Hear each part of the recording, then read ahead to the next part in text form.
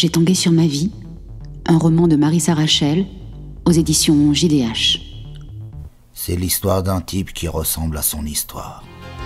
On m'a jamais dit je t'aime, et ben tant pis. Si la vie fut une chienne, avec moi comme avec ceux qui ont dans les yeux la braise, la cendre, le feu. Des trous dans la tête. 2008. Je ne vis plus sur terre depuis des années. Divine comédie de Dante, sans paradis ni purgatoire. Je suis en enfer. Terre aride dans laquelle j'ai sacrifié ma vie. Je me suis liquéfié. Je me suis tué à petit feu. Je n'ai plus rien à craindre des dieux, ils m'ont déjà tout pris. J'ai passé ma vie dans le gouffre profond du Shéol.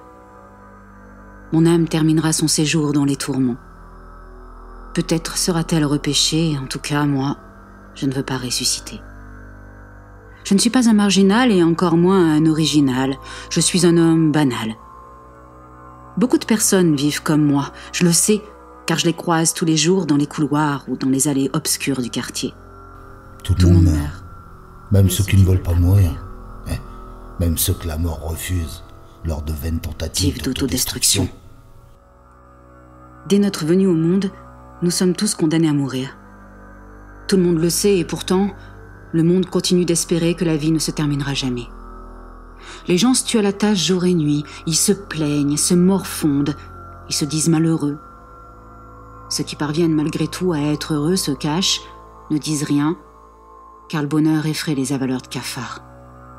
Pourquoi se battre pour une vie meilleure? À quoi tout cela sert-il puisque nous allons tous finir dans le trou rongé par les vers? Aucun scientifique, tout aussi doué soit-il, n'a trouvé de traitement contre la mort, comme aucun politicien n'a trouvé de traitement contre la misère, comme aucun psychiatre un traitement efficace contre la maladie de l'âme, comme personne n'a trouvé un médicament contre l'amour, contre la vie. Tout le monde meurt, qu'on soit petit ou grand, gros ou maigre, jeune ou vieux, riche ou pauvre, intelligent ou stupide. Il y a un peu plus d'un demi-siècle, j'ai été expulsée du ventre de ma mère. On meurt seul. Surtout quand on est vieux, hein? Surtout quand on n'est rien. Surtout quand on est con. Personne ne m'aidera à passer de vie à trépas. Personne ne mettra de cachet au fond de ma gorge ou une corde autour de mon cou. Personne n'appuiera sur la gâchette. J'existais, disons plutôt que j'essayais de survivre. Hop, me voilà mort, moi et mes pensées suicidaires. Je suis étendue sur le vieux lino de mon vieil appartement étroit délabré, dans un quartier abîmé, dans une ville brisée. Une chambre, une cuisine, un salon, une petite salle à manger. Il paraît que je ressemblais plus jeune à Jean-Claude Drouot, la célébrité en moins. Lorsque j'étais mariée, ma femme faisait toujours visiter la maison aux gens qui venaient pour la première fois. J'ai mis du temps à comprendre que c'était une façon pour elle d'exister. Elle montrait les pièces, une par une. Elle montrait le joli dessus de lit qu'on venait d'acheter, les serviettes de bain en coton bleu pour les garçons, en coton rose pour les filles, son nouvel électroménager, son petit plan de travail, la dernière lampe de chevet. Me voilà rempli de la nostalgie d'un temps passé, aussi sombre soit-il. Je sens une larme chaude couler le long de ma joue. Si je la sens couler, c'est que je ne suis pas encore tout à fait mort. Il ne faut pas la montrer, la misère. Elle est trop moche à voir. Alors on met des œillères. Certains voisins ne se sont pas gênés. Ils entraient sans frapper, à part sur ma gueule. Ils venaient petit à petit pour ne pas attirer l'attention sur eux.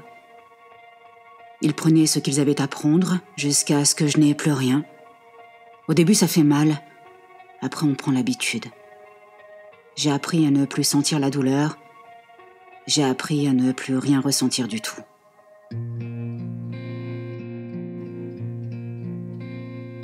J'écris des noms, des phrases et des dates de naissance au marqueur sur les murs, les portes, même sur le micro-ondes, même sur les volets, même sur le vieux bahut.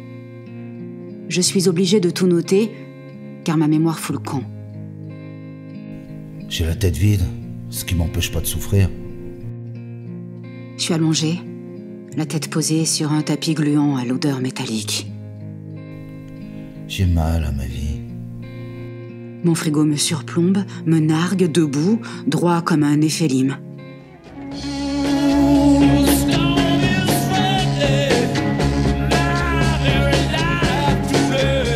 Chantent les Rolling Stones dans ma boîte crânienne.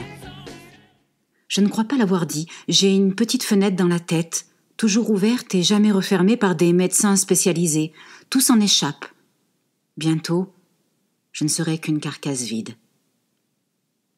Je suis presque mort aujourd'hui. Je ne m'en sortirai pas cette fois. Je m'en suis sorti trop souvent. Il y a un bon Dieu pour les alcooliques, disait ma femme quand je rentrais en tangant à la maison. L'alcool est vite devenu mon meilleur ami. La bouteille, ma maîtresse à vie. Elle m'a accompagnée, elle, dans mes insomnies. Elle m'a aidé à tuer les bêtes que je voyais grouiller autour de moi lorsque je délirais. Elle m'a aidé à être plus fort, à oser, à dire, à faire. Sans elle, je serais déjà mort. Et pourtant, c'est elle qui vient de me tuer. Je suis un alcoolique maniaco-dépressif. Maladie qui ronge de l'intérieur. Bile noire. On a tous le secret espoir de se débarrasser de nos démons. Les miens se sont collés à moi comme une merde de chien sous la semelle d'une chaussure. Boire, c'est ce que je fais de mieux. Boire et prendre leurs médicaments, psycho-machin chose. Je peux dire que j'ai connu l'amour. Celui qui fait mal. Je sais ce que c'est d'aimer sans retour. Comme je n'avais pas de femme, je me masturbais en regardant les nanas sur papier glacé. Celles qui ne bougent pas, qui ne parlent pas. Celles qui restent les jambes écartées, impudiques, exhibant leur sexe poilu. Ah, mes chères indolentes, que j'aimais voir votre corps si beau. Vous ne grimaciez pas. Vous ne disiez pas « je suis fatiguée » ou « j'ai pas envie » ou « tu me donnes envie de vomir ».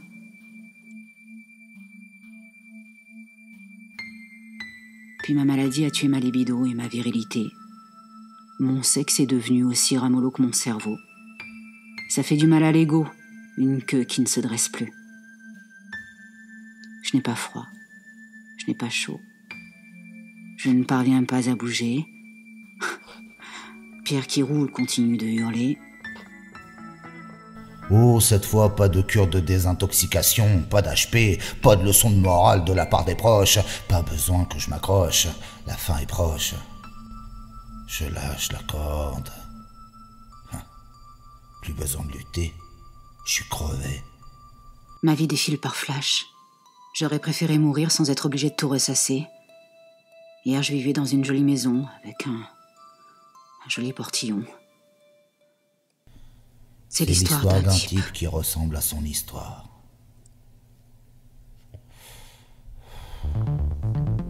C'était un extrait de J'ai tangué sur ma vie de Marissa Rachel aux éditions JDH.